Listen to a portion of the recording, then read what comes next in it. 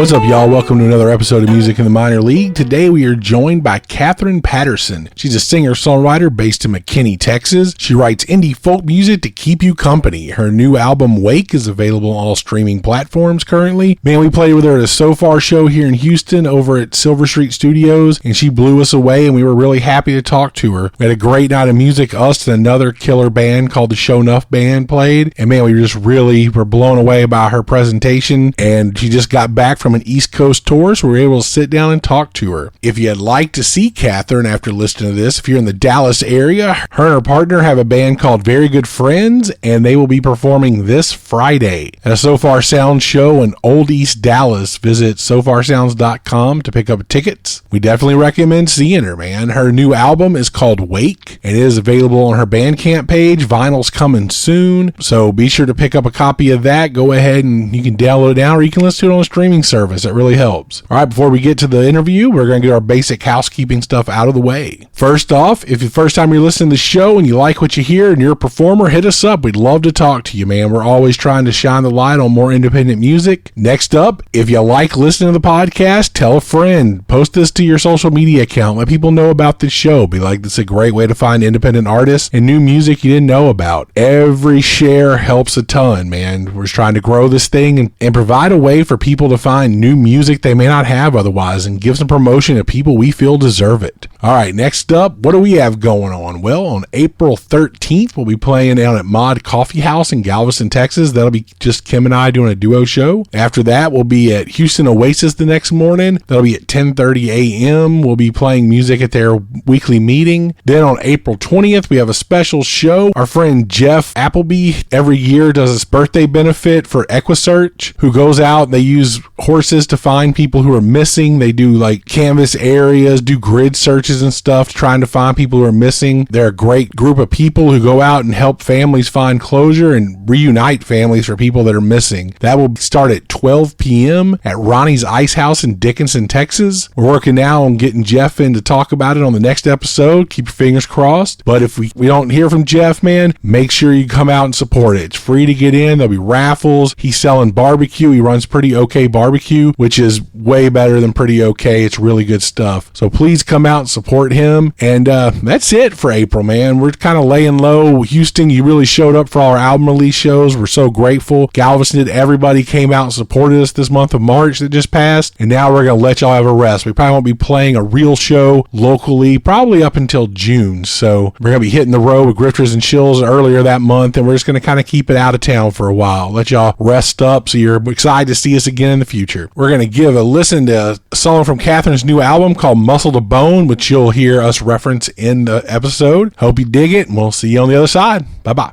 I heard that you went to the doctor to get x-rays of your chest, 'cause you were having pains you could not explain away with lack of sleep or stress.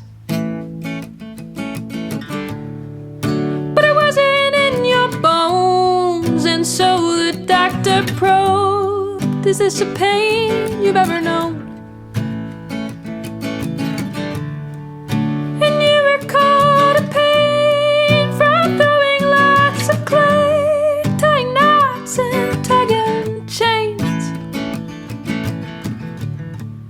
And the doctor went outside, performed an MRI. When they came back, they recited,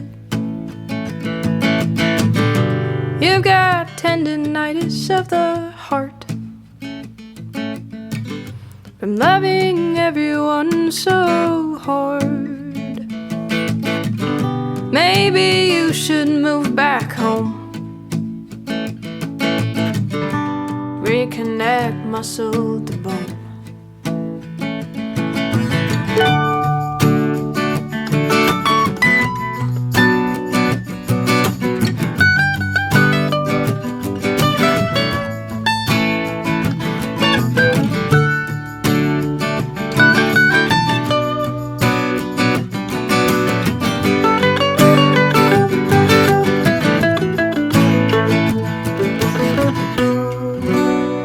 And the doctor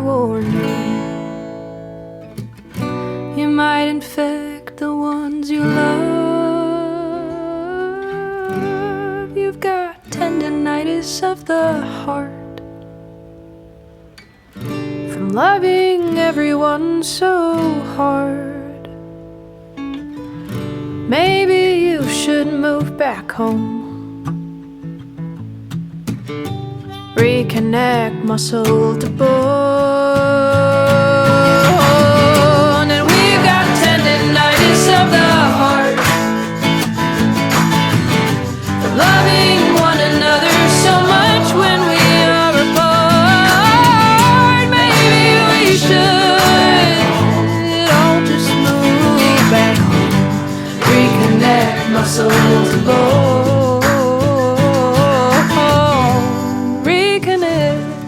Muscle to bone.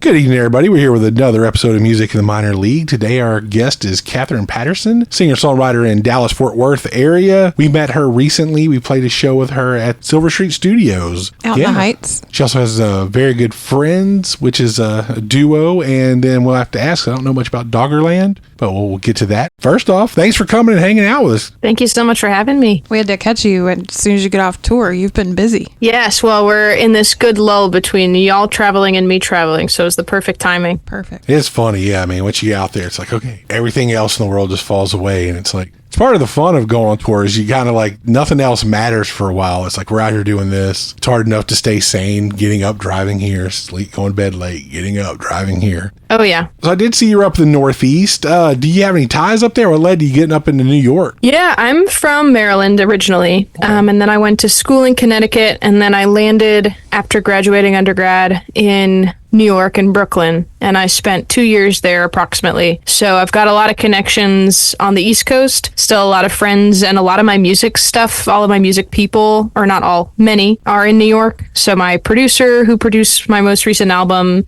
and also played on it, and other folks who played and sang on the album, they're all based in New York City. So yeah, that's kind of, we basically picked the tour locations based on where we could get a free place to stay. We knew a lot of friends and family and stuff and figured we could pack a room. This was my first big tour, so trying to map it so that it was, I don't know, there's a comfort level when you're getting to stop in places where you know people as opposed to, you know, playing to a room of strangers. So it was a very, very nice way to enter the touring world with a lot of loved ones. That's right on. So I guess the initial thing would be about when did you start playing? I mean, I also, like, you're one of these people that's hard to tell. Like, I don't know, you could be 21, you could be 35. Like, you don't know. You're kind of... You're ageless. I know. Lucky.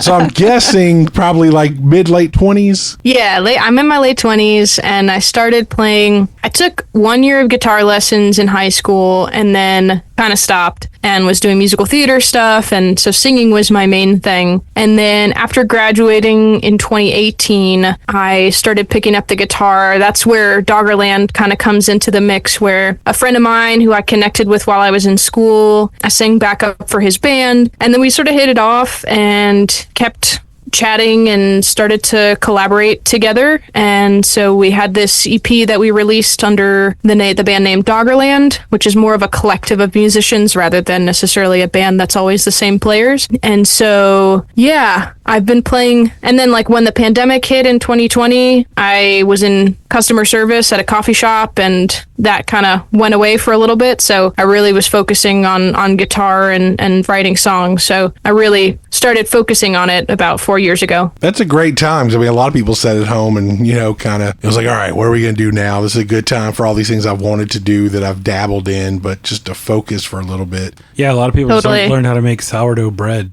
I was just thinking I was going to say, and I did also do that. Dang it, I knew Yeah. it. I knew it. I think everybody everyone did. Yeah. I did not. I did. I did not. Em did. I did things with yeast that were not You bread made- related. I You made made beer. gallons and Beer, yeah. gallons of beer at home. Nice. That was hard. Just like, okay, cool. What are we going to do? We're bored. It's like, let's just order all this stuff and just keep making things. And how do we make this time disappear? And then we don't have anybody to share it with. Right. Walking my And dog. beer doesn't, I feel like beer. homemade beer doesn't last very long, right? It can last a good amount of time depending on how it's kept, but we didn't Okay. give it a chance. Not around to. here. It's not safe. It was very much just like brew some beer, walk the dog, drink some beer, walk the dog again. That was my entire manic cycle for the entire time. We should have been writing more music, but my job did not shut down, so I was stuck working from home. Mine neither. Yeah, you too. But we wouldn't have made I think with everybody, we probably would not. not have made the albums we made if we weren't stuck at home. Yeah, that's true. Totally. It'd have been very much just like, all right, let's do this acoustic, this, blah, blah, blah, let's move on. We don't have times for all this full band stuff. So, so I think a lot of it that's a great thing. And then, having that ability to focus, one of those terrible things is like a Survivor type thing of all of that. But, this terrible thing happened. But I mean, we all did. And you actually put the time to use and made something cool happen. Yeah, it was during that time in 2021 in late winter, early spring. I went to New Mexico with some college friends and did sort of a self-made music retreat. And that's where I really dug into taking myself seriously as a singer-songwriter and, being around so many people who were just, very serious about what they were doing. And that's where I met my producer. And so that kind of set me on a trajectory. It was not all productive time for 4 years, just to be clear. Oh, yeah. But it was certainly something that really launched me into a different gear and changed how I thought about myself as a musician. Nice. Where were you at in New Mexico? We were near Albuquerque in a place called Rio Rancho. Okay. It was really beautiful. I saw a porcupine on my last day there, so it was a really great experience. We went to Santa Fe, I think once or twice, and we were near the Sandia Mountains. So just really, really gorgeous and a beautiful place that was very, very inspiring. It's where I picked up the mandolin for the first time and wrote the first 3 songs-ish on the album that I released as an EP last year. So yeah, just some really, really special music experiences. Yeah, I don't think New Mexico gets the respect or love it deserves. We toured there last summer. And man, I'd never, it always been like a stop, going through to get to California. You always kind of went to the very bottom of New Mexico. Yeah, we got to spend a week almost there. And man, it's just the people were cool. The scenery's amazing. And they have probably the greatest breakfast burrito ever. Blake's Lottaburger. I'm putting the plug in for it right now because it's my favorite place. So we need to go tour there again. Yeah, so I'm trying to get them to go back on the road just to go there. I think that was actually stated on Saturday. Dude, we need to go back to New Mexico. I think that was, yeah. But no, I know a lot of people just really like to go to New Mexico. Now I understand why. It's just a really nice, beautiful state, Yeah. Good people. And a lot of art. A lot of art. Studio art, I'm sure there's also music there. It was, kind of peak pandemic, so we weren't going out and doing things. We were sort of all just stuck in a house together. But there's just there were a lot of galleries in Santa Fe, which we saw, a fraction of. And yeah, just a really beautiful place. Did you happen to go to Meow Wolf while you were there? No, but they did just open one in Grapevine near where I am ish. Oh, nice. And I actually went here last year sometime. So I didn't get the experience there, but I did get to go. Okay. Have you been? Yeah, we did that. That was our band trip. We're nerds Nice. like that. It's cool. Between state capitals and art installations, we're just, That's where we were Hell was talking about it. We're it's well, let them pick one. It's fine. Yeah. And then when we went, it was just oh my God, wow. Yeah. It was one thing I've done probably my entire life where when I walked out of it, it was this moment of okay, I'm back in the real world. It was a trip. Well, New Mexico, totally. It is so unique. Oh, go ahead, Kim. I was just going to say, New Mexico itself is you've never been in the American Southwest. You walk outside and it's otherworldly just outside. So to say Meow Wolf is a different world. Yeah. It was otherworldly Yeah. to the otherworldliness. Exactly. Yeah. It was otherworldly. Yeah, we were both glad we did that. But yeah, that's got to be a good place to kind of relax and get to know your inner monologue and start writing some stuff. Yeah, it definitely kind of, as I said, launched me into a new phase. And I happened to very conveniently also miss the really awful freeze in Texas.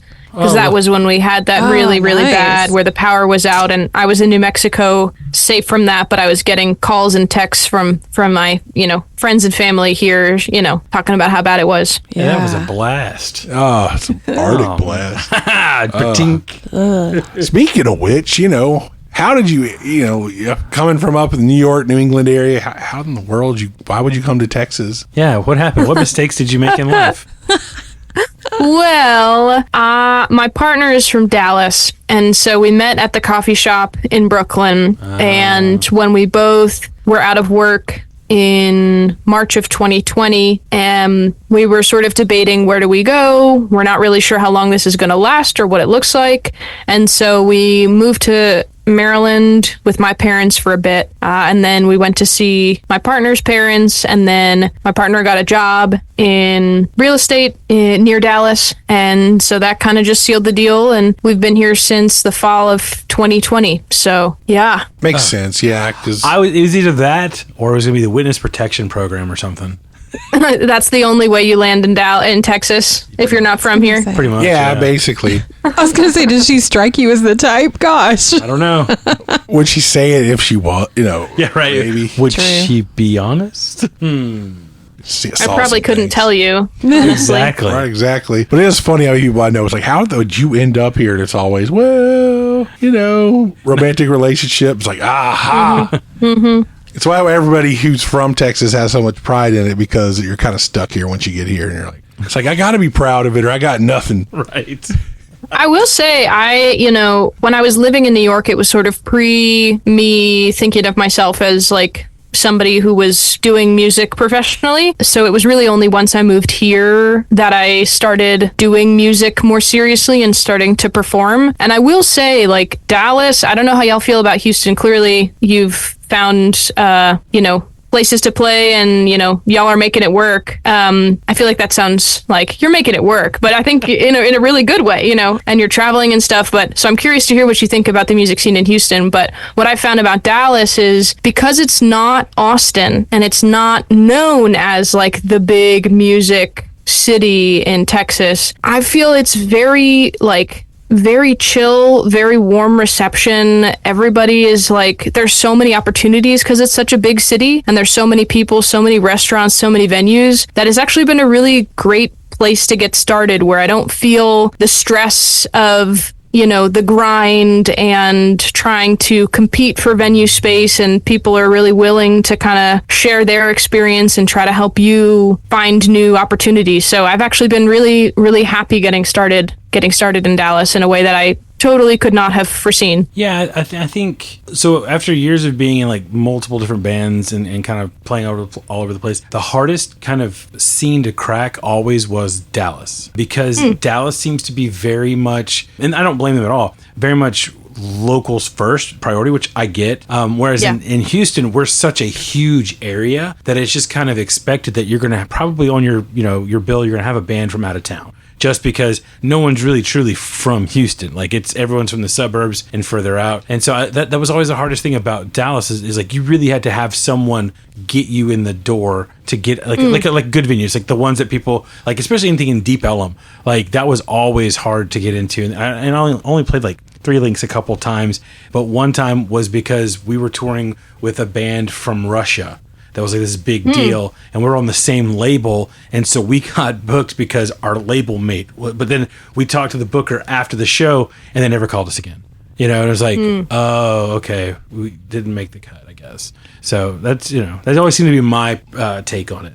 But I see that kind of the same way, man, because even in Houston, unless you have inroads with a lot of the local, the good thing about Houston is, and I really don't know a lot. We've played Dallas. We got a lot of friends in the Denton area, but not really Dallas proper. And so for Houston, it's very much, nobody lives in Houston really that was born here. Like, I think out of most of the bands that we play with, the majority of them, they weren't born and raised here. I mean, even me, I was from the beach. I was grew up in the scene because we drove into Houston. But even John's from like the Valley. Yeah. Like Steve and all them from Junebird are all from like California and DC area. So everybody's got all these things. So the one thing that helps us, I guess, kind of bring in more outsiders, everybody's like, well, I got my buddy's band from where I lived in Minnesota or whatever, and they're coming down. Can we play with y'all? But I still think it's a lot easier to do things locally, and it is harder to crack in if you don't know people. But like our friend Jared, March Divide, like he moved up to Fort Worth probably right at the beginning of the pandemic. Yeah. And like he's still having a hard time getting anything. He still plays around San Antonio because he lived there forever. And he's like, I just cannot find an inn in Fort Worth or Dallas area. So I haven't tried Fort Worth yet. I think one of the reasons I've had some quote unquote success is because when you're local, you can much more easily play a Monday or a Tuesday night, which is not the peak night, right? And so, like, you know, I played Deep Ellum Art Co. in January, which is, I think, you know, a 500 person venue, which I can't fill at this point, but I said, hey, look, we can probably get around 60 people on I think it was Sunday night that we did it.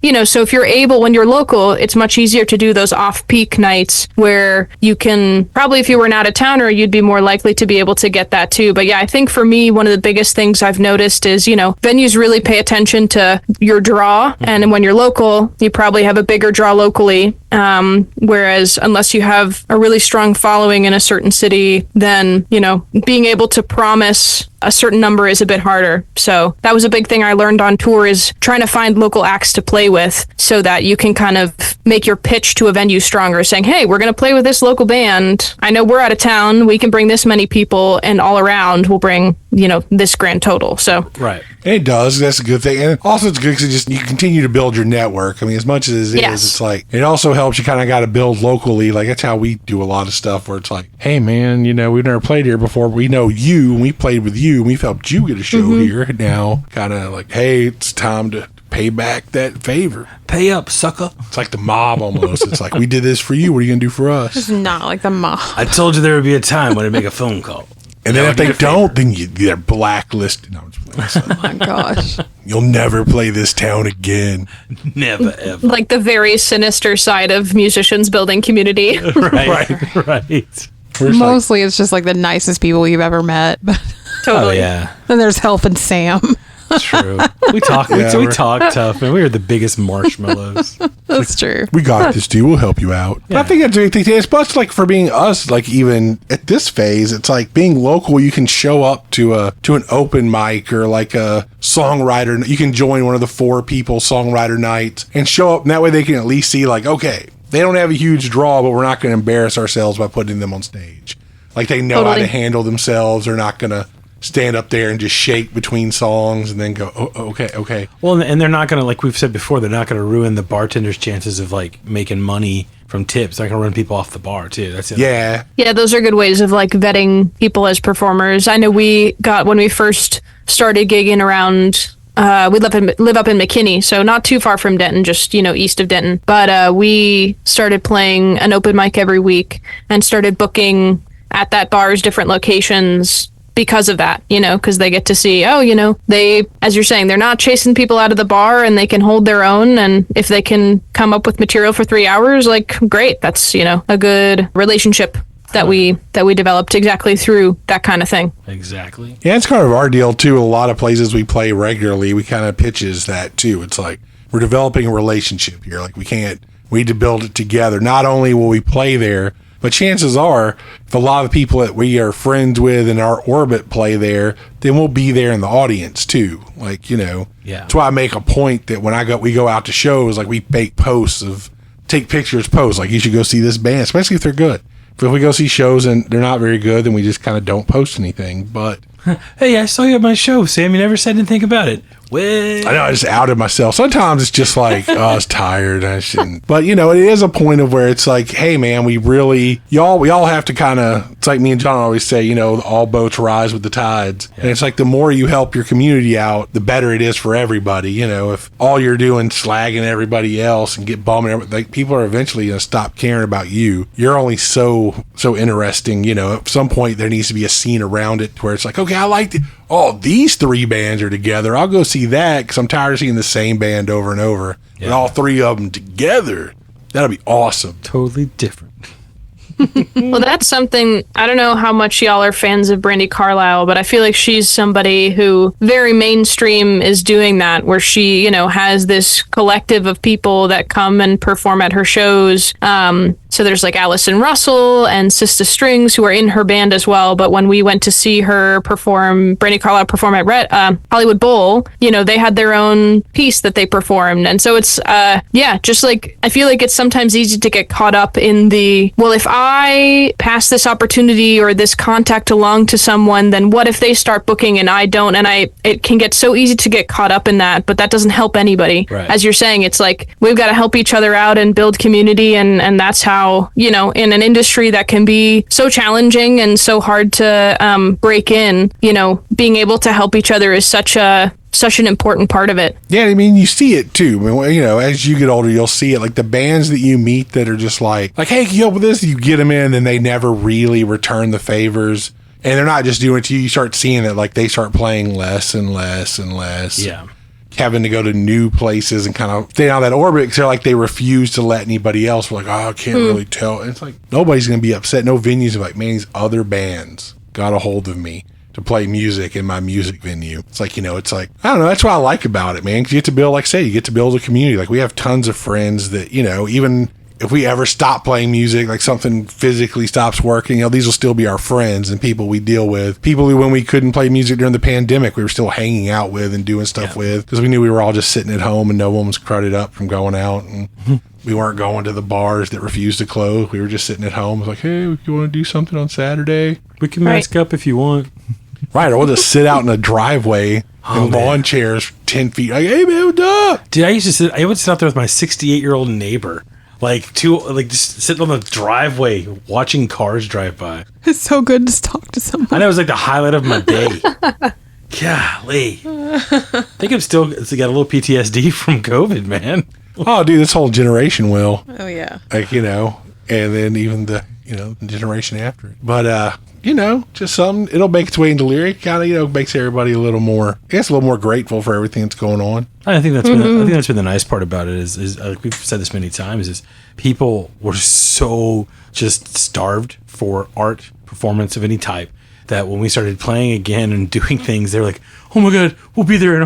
Like, you're packing shows out on a Thursday night. Like, what the hell? Like, I know. And then the last year, it's kind of been doing like, back to normal.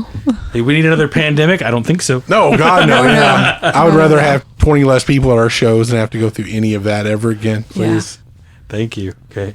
Just making sure we're on the same page. So sitting at home during the pandemic was when you really started to focus on, you said picking up different instruments, but did you also focus on your songwriting or? Yeah, definitely. The album I just released, I'm trying to actually count in my head live on this microphone how many songs I wrote post-pandemic versus how many songs existed before. And I think I want to say 70% were new because Muscle to Bone was already written, but maybe everything else was post 2020. So yeah, I just kind of was, my partner had a job in person. I was home alone all the time, and so I was just sitting there with a guitar trying to keep busy and make something of the time that I had. And so I spent a lot of time writing, and then she would come home and I would say, hey, listen to this. And she's so patient and so generous with her time and also with her feedback, just being like, hey, this isn't reading, I think, the way that you want it to read. And so that was a huge asset to making this project what it is. But yeah, during the pandemic, I just was really sitting alone, playing guitar, messing around, learning new covers, trying to improve my guitar playing so that I could, then accompany myself, at least doing some basic rhythm stuff. And yeah.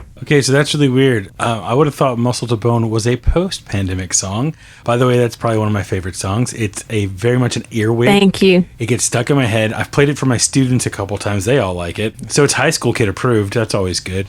But no, it really does feel like that's weird. I would have totally thought you wrote that like in the midst of the pandemic. Well, it came at a time that I think in many people's lives mimics what that felt like, which is we had just all graduated from college and moved to different cities. And so it was that feeling of being apart and missing each other and not being able to, we're trying to settle into these new places. And so, I think it comes from a similar place, though, of course, it was much, much less extreme. Okay. All right. Well, that makes sense. I'm going to keep lying to my kids, though. Yeah. So I guess I'd be interested in, did you ever write poetry or anything before that? You do any creative writing things before you started? Yeah, actually, I took a poetry class. As a kid, I loved writing stories. And then I think as I got into, middle and high school, I started to kind of be afraid of writing because they teach you, this is the format of how you write an essay. And I never felt like in formal writing in that sense that I really found my voice. And so I kind of struggled with my writing all through college. And then my last semester, I took a poetry class. So it's funny you bring up poetry. And that really just unlocked something for me where it made me not upset about a writing practice anymore. I found a way back into writing. And so my first songs were definitely, I think one of them that's on the Doggerland album actually was inspired by one of the poems from that class. But yeah, I think I very much treat the songwriting as, the lyrics are super at the forefront for me, and I think that comes from the poetry practice that kind of got me into it. I mean, it's all poetry. People just try to act cool. Like, no, these are lyrics.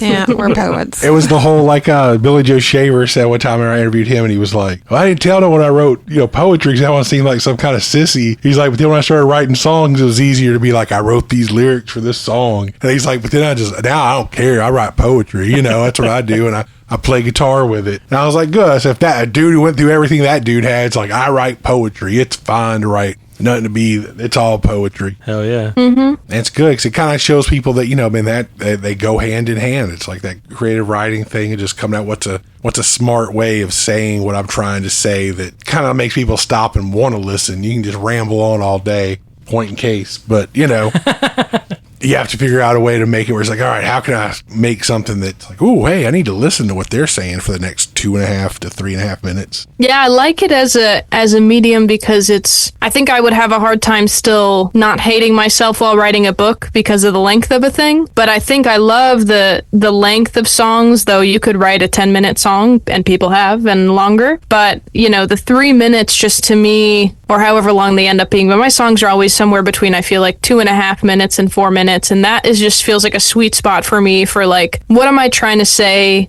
Where am I starting? Where am I ending? And it just often just kind of makes sense to me for like, this is what I can say in this amount of time. And yeah, there's something really satisfying about it. Well, and as someone who spends way too much time over explaining most everything I say, I think it's good to have like, here's where you have to say this. You have this much space to get it all out. And you're like, okay, this is just me over explaining. Like, here's the narrative. So I like that it gets a pure story there. And it also leaves a lot open to interpretation. So, sometimes there are things you say that other people may be like, oh yeah, like that's, or, in some cases, like we listened to an interview with John Moreland one time where he talked about, he's like, I was on stage like 3 years after I wrote this song and I said some line, it was like, I felt something, I was like, oh, that's what that was about. Okay, I thought that was a good line, but now I'm like, that totally was happened at that moment. It's kind of these things where sometimes you're not even 100% sure what you're talking about, but that connection can come and find you from your own music. It is interesting. I think I love how songs are just like a tiny little window into, a story. You're not going to necessarily know the whole story, but let me give you my take on it. A peek in. Yeah, just a little peek, right?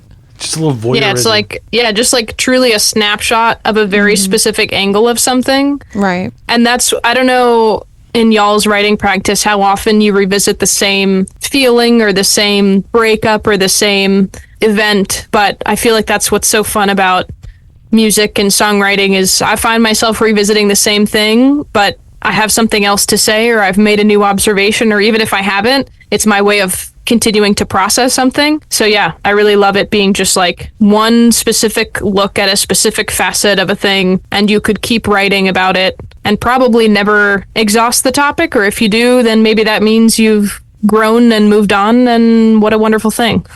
Right, kind of like how every song Kim writes is about her leaving us. It's not about me leaving you guys. Out the door. Okay, but I mean, we had some Let's Walk Away kind of related songs just because we were all stuck inside for so long. Yeah. Well, but I think it's also cool when those moments hit you because, we just watched, Kim got to watch This Is Spinal Tap for the first time last week.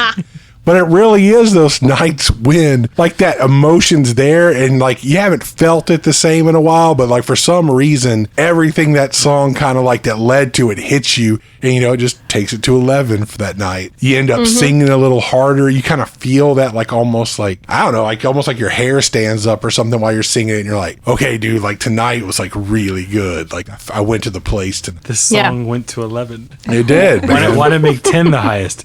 But it goes to 11. Right, I'm at 10 you're getting 10 every show. Some nights You're getting 11. you may get 11. You're welcome on those nights. But it's a great feeling. I mean, I don't know. I'm guessing as somebody performs that you feel the same way. But you kind of get that, like everything almost kind of tingles when you hit it right. You're high. Yeah. And you're like, dude, like we did it right. And like I felt what was happening. Yeah, that's your songwriter high, right? Right. It's the one thing, like I said, that the high doesn't get lower the longer you do it. Sometimes things keep going. You're like, okay, that worked. So it's like songwriter heroin. Except it doesn't. There's no, you know. Yeah, without the physical aspect of it. Right, without the It possibility actually of gets dying. better. Right. So for me, you got into music. So just for everybody, I mean, what's some of the artists that got you really inspired to start playing music? Well, I mentioned Brady Carlisle earlier. She's definitely, and her band, the Twins, you know, they all kind of co-write stuff, and they're definitely up there. I love Joni Mitchell. You were talking about songs that, you know, mean something different. It was so amazing to see her perform both sides now as somebody who has lived a life versus when she was, you know, late teens, early 20s writing that song. And Right. I mean, amazing that she wrote that song at that age. But I grew up also listening to like Sarah Bareilles and Regina Spektor and a lot of female singer-songwriters for sure. But really just, I have a theater background, which I think may have come up earlier. But so I think I'm really drawn to really strong storytelling in music. So I focus a lot on the lyrics, and this album was my first solo project in a studio. I had done the Doggerland project, but that was recorded fully remotely. And so this was my first time really being in a space and creating a thing. And the whole thinking about the arrangement and the instrumentation, when it had just been me in a room with an acoustic guitar, that was a totally new thing to me. And so now I have some practice with it, but it was definitely, you know, it was starting from the storytelling side of things and bringing it to my producer and say, you know, I might not have the best grasp of the technical language of what I think should be here, but I can tell you what the story is and what I'm trying to say here, and how can we then best set that inside an arrangement. So definitely a big learning experience for me. It was really fun to listen to. I definitely could hear that there was I wasn't going to say anything, but since you brought it up, I was definitely, by the third song, I was like, musical theater. Definitely. You're really articulate, first of all, and that sometimes that's not really something that happens with someone right off the bat. It takes them a while. But I wasn't looking at the back of your head, Sam. Whatever. Jeez. He feels attacked. But yeah, I also noticed the storytelling is really good. I really enjoyed it. Thank you I mean, I so thought you were much. great the night that we saw you for the first time, but like listening to the album, I'm like, there's some really good songs on this thing, man. I'm excited. Yeah. Thank you. You put out a good thing. Well, and that was the cool part too, is like, you know, we did that So Far show with you, and I think that's kind of the fun of the So Far thing, is that you do not know what you're getting. Like, you always know that everyone will be really good. Like, we have not played with anyone at a So Far show that has been anything less than A+. I mean, they're always so good and so on it, which is always funny to me why we get called. Just I kidding. know. Oh, they vet please. people. They vet people them for that thing. But it was just so, you know, had the sound check, and then, you know, sound check. But then when you got into the performance, it's like, to hear that you've only been doing this for, you know, not a ton of time, it did not show. Like, you seemed like you were a veteran at it. Like, Yeah. good stage presence. I mean, just you, for being just a one person with a guitar or a mandolin in front of them, you did a really good job of kind of holding the attention of a room. So it was very impressive. Thank you. Yeah, I think the musical theater background and just the stage background, I like it up there, you know, and so it's really, it can be kind of maybe overwhelming, maybe a little scary to be, you know, when you're the one solo act and everybody else is a band, and trying to figure out, you know, or thinking maybe a little bit of having a little self-doubt in there of like, will people care to stay tuned the whole time? And but for me, I just try to say like, this is who I am, you know, and hey, and let's share this 20 minutes together. And I just really have a great time up there. there. Well, that's what was cool. Like I said, during sound check, it was a little kind of, you were kind of quiet, just like, and after it was like, hey, what's up? And then, you go up there with just the opening mandolin only song, and then it's like, all right, everybody sing along on this one, and everyone's singing along, and it was just like, oh, It was nice to see you like capture a room. That was really cool for the first time. That's why I say it was just like, all right, man, like, she's on top of it. Like, this is, that whole, like, before she got up there, like, hi, everybody, it's nice to meet y'all. It's like she was slow rolling this, man. She was sandbagging. I knew it. But it was just one of those things that was captivating to watch. Because, I mean, I don't know. I've never been able to. I'm always jealous that I can never have myself like, all right, guys, let's sing along on this part. And it's like, or it makes sense. And I was like, man, it was like, it totally added to that song, too. Yeah. I think that's why the kids at school like it so much. They do. And so it was really just like a super cool thing to see. And that was one of the things, when you were done, it was like, dude, we should talk to her. Because it was like, that was solid. And you're like, I just released a record. I'm going on the road. And so I just made it was a cool thing to do, man. I guess maybe when was the first time you picked up an instrument? Like, how old were you when you got into music? I grew up playing violin, which is, I think, why then when I was in my, mid-20s and I was at this retreat and there was a mandolin present, the tuning is the same. And so I was like, oh, this instrument kind of makes sense to me. And you play it kind of like a guitar. Let's go. But yeah, I was about 5 when I started violin, and I kind of hated practicing growing up. I loved playing, though. Music has always been something that has been a big part of my life. I still have my violin. I want to start playing more just because I do play it a few times on the album, but we did call in somebody else to do Miss Clavel just because it's one of those instruments that, if you don't practice it, the intonation really, I feel like you probably know with the dobro, just like it's about, I assume that there's a lot of precision there. Yes? I can lie and say that I know what I'm doing, but sure, we'll go with that. It sure looks and sounds like you know what you're doing. Appreciate it. But so the mandolin is, of course, much more forgiving because it's a fretted instrument, and so you just put your finger on the F sharp, and it's an F sharp. Yeah, so I started in violin, and I was in choirs, all my life through school, and then, as I said, took that 1 year of guitar lessons. But I think all of that, as much as I disliked practicing growing up, it definitely gave me some foundations for how to practice now, which has been really great because going on tour, a few weeks before, I was like, oh, I've been doing so much logistics stuff, but I really should be practicing and getting ready to play for people and figure out what I'm going to play at every set. Because I don't know, I played different songs at every set. I don't know if y'all do that for shows or if you kind of just play, a specific set list at everything. But especially when you're playing some venue shows, sometimes I was playing solo, sometimes I was playing with a band. So trying to tailor it to what would work best in that environment. But yeah, so that definitely, growing up playing an instrument and doing Suzuki method, and that really, I think, set some foundational elements where my parents didn't waste the money on the lessons, and I still use a lot of that today. Yeah, no, I think a lot of it, because I grew up playing music as well, and at the time when you're doing it, it seems like a chore, right? But then when you get 10, 15 years down the road and you suddenly understand it because now you're doing your creative endeavor, you're like, oh wait, that was just this. I learned that, when I was playing the violin. Now it all makes sense. It does open that up for you. And I think that's, like, I have a son and he did music for a while. And the other day he found a harmonica and he just decided he was going to start playing harmonica. And I remember the other night I was telling them about it. I was going to bed and I could hear him playing a harmonica in his bedroom. And he's like playing to like this track on his, on his radio. And he's playing really well. Like, it's in key and everything. And I'm like, what the hell? And so I had to jump in there and be like, go to bed. But also, you're playing really well, and I'm happy for it. Like, it was weird. But yeah, and it's because of the years he spent playing trumpet that he learned kind of keys, and he has a really good ear for music. So yeah, I think it's one of those things that, you hated doing it, I'm sure, when you were doing it, but the payoff down the road is way worth it. Mm-hmm. Yeah, going from violin's not a chordal instrument. And so now mostly writing on guitar, I'm a lot of the time writing by ear, just because that was a big part of my training as a violinist was by ear training. And so I'm kind of like, well, what do I want to hear here? Or what do I hear next? And what could this chord be, as opposed to necessarily taking the more, traditional music theory approach of what should be here, which that is something I'd like to, brush up on a little bit, is kind of getting some more of that music theory vocabulary, just because I think it's a tool like anything else. But yeah, I think starting music young is a really, really great thing. A, because it can be really fun and you can meet wonderful people through it. But for me, it also happened to be something that really has stuck with me. I also think, like, that's one thing about when I started playing guitar. Like, as a kid, I did stuff like bass clarinet and stuff at school. You were a bass clarinet player? Yeah. You look like one a little bit. Well, of course, it's the fat kid give him the bass instrument, you know. My son went through the same thing with his upright bass. It's like, I'd like to play cello. It's like, oh, buddy. You're a double bass boy. You're a double bass guy. Thanks.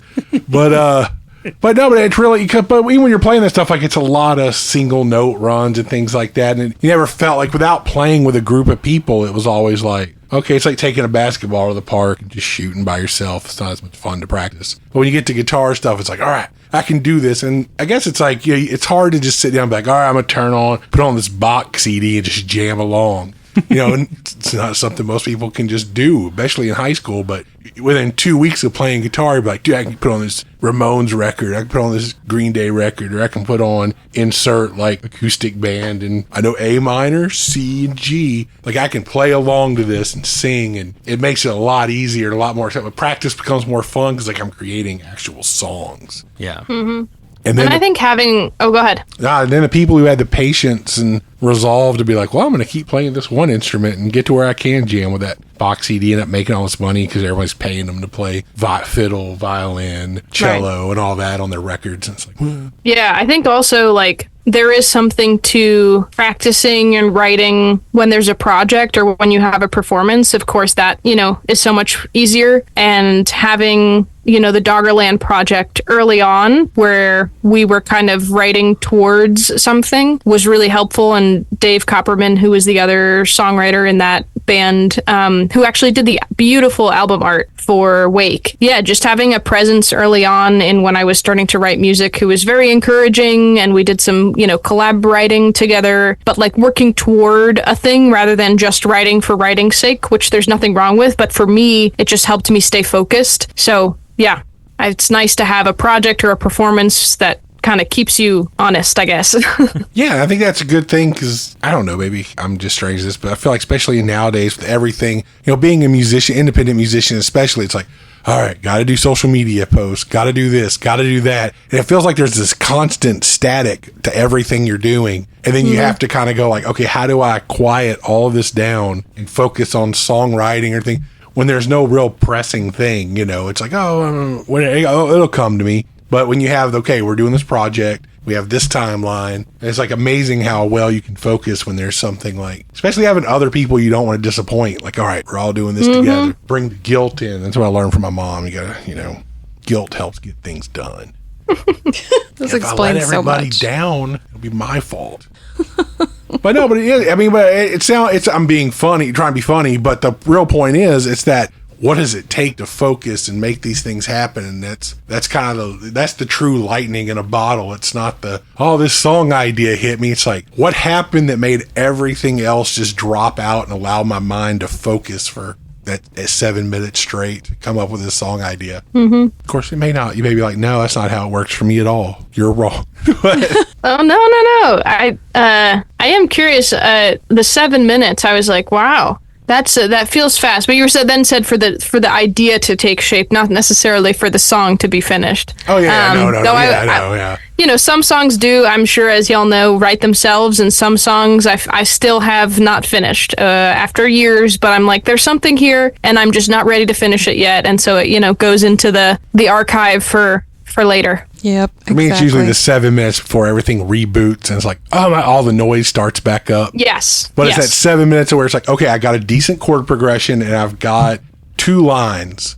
And it's like, now there's, you know, it's that whole, I put that cement slab down. That's your earwig. Build something on top of it. Mm-hmm. Yeah. And that's going to be your earwig until it drives you crazy and you finish it. Yeah, by the time I'm done, it's usually by the time I'm done writing the song, Kim's already got harmonies, singing them out, like humming them out, because she's heard me like 2 weeks straight of just like, well, how's this bridge gonna go? And it's like, okay, no. I'm like, okay, cool, thanks. That's how we collaborate.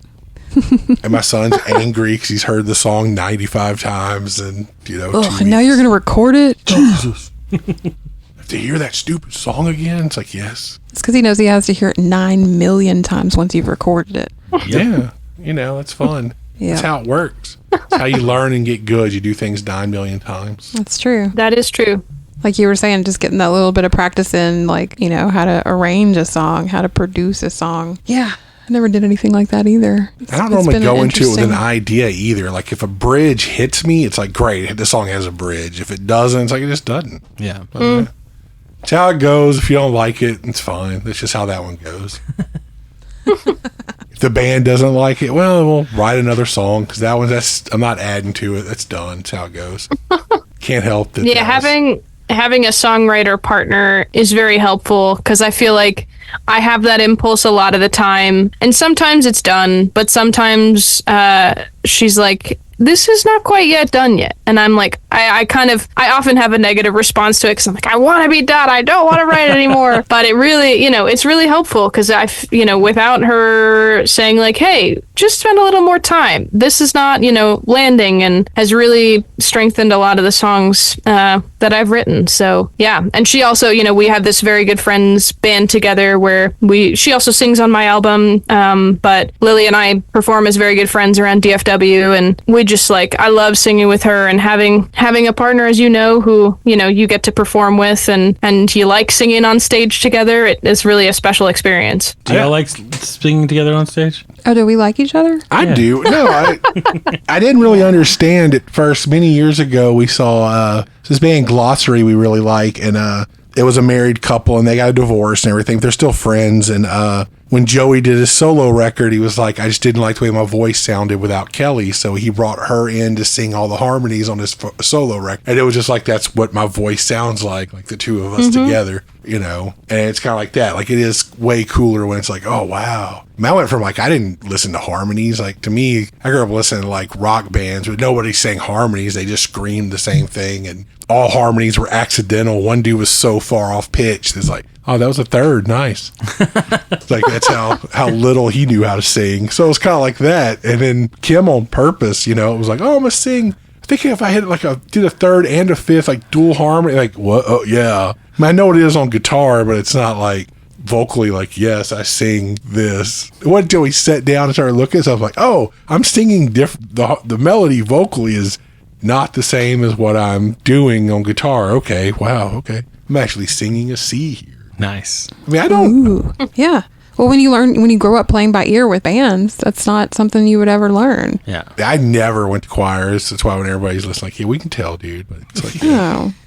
Well, and choir only takes you so far. It teaches you how to sing with other people. True. But I never went the route of learning how to play an instrument so that I know exactly what I'm singing. That's why I have, most of my harmonies are just and that's the thing, I played really good luck. Band in school, I played bass and other things. So I understood music theory, basically, basic music theory. But as it applied to vocals, it was just sure. This is how we sing over this. This sounds fine. We're just going to fake it till we make it. Well, yeah. So it's kind of cool having somebody who actually understands that. What if you did this? And what if you did that? And it's oh, okay, yeah. It's just cool about collaboration, period. I mean, it was cool when we met and we started, singing together, and then we met Health and we all started playing together, and it's just really fun to collaborate with others.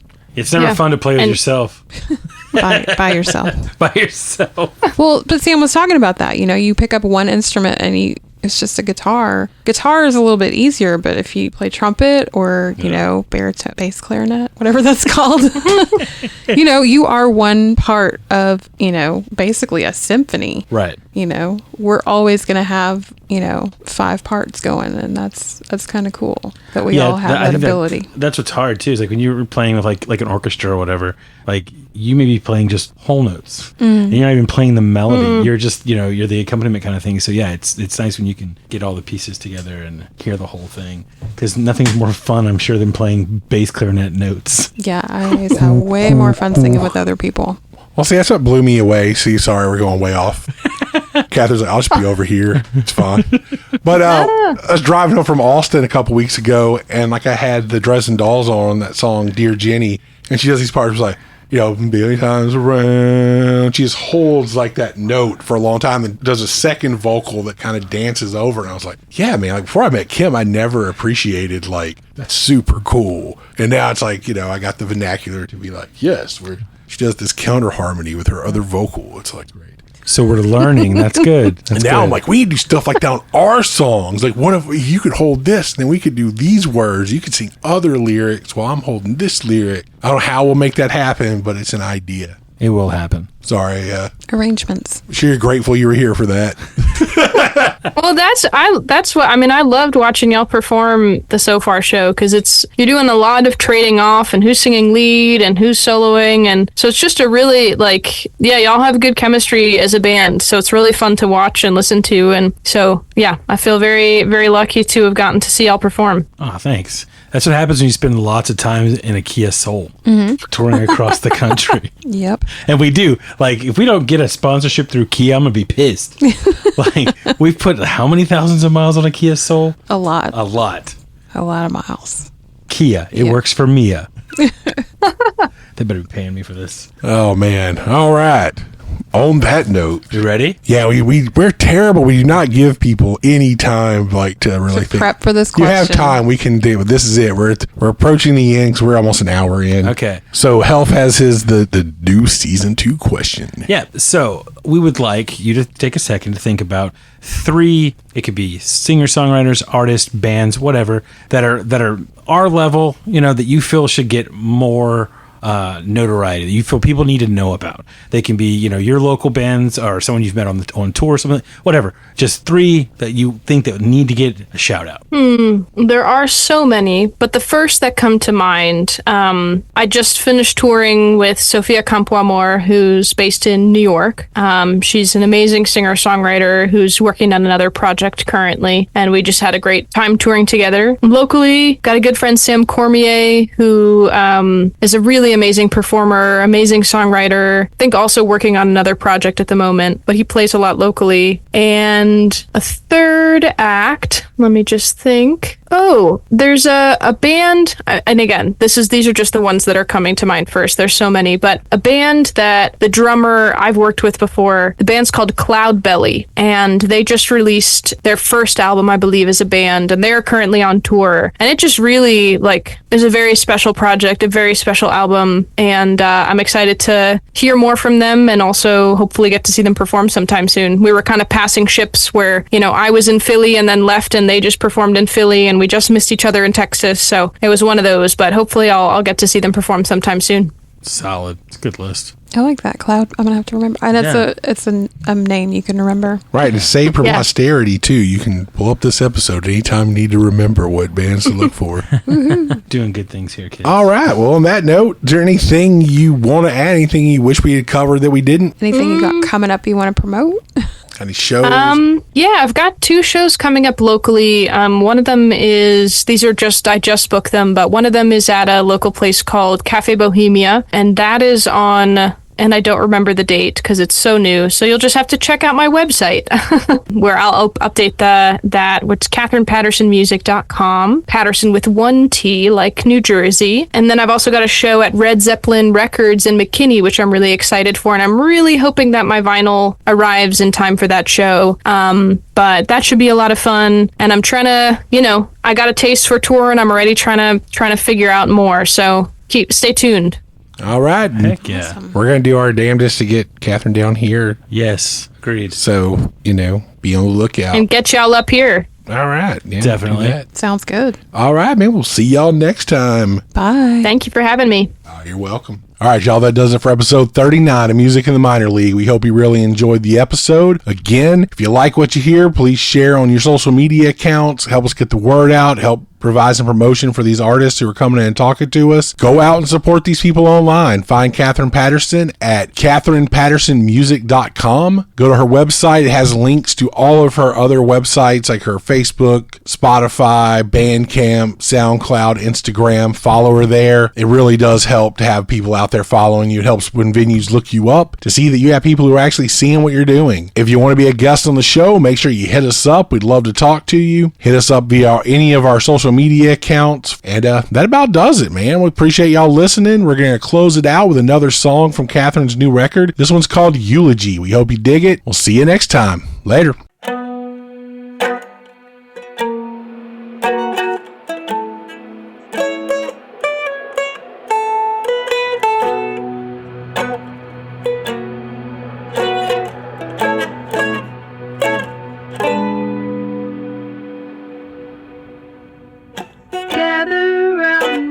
friends, it is time to say farewell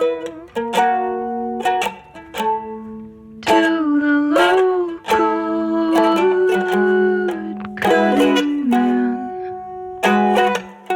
He served us well and taught our children how to whistle.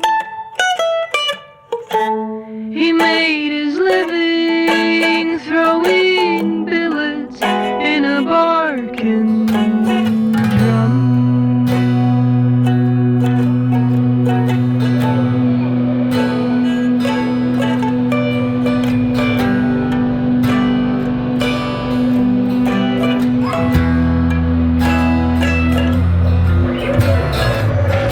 Here with us now are his loving wife and family, who remember him as loyal and stubborn and doting. And he loved to dance and eat his dinner at the table,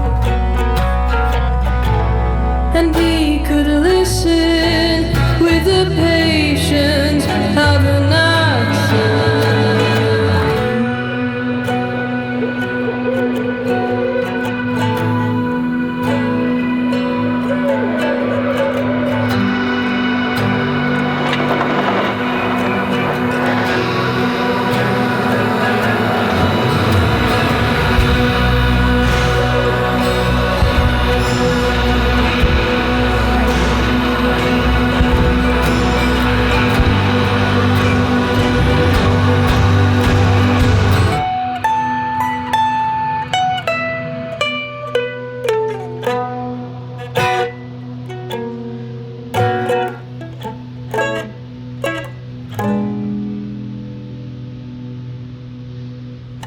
When the tree falls, we may not be there to hear it, but in the silence we recall the man who cleared it.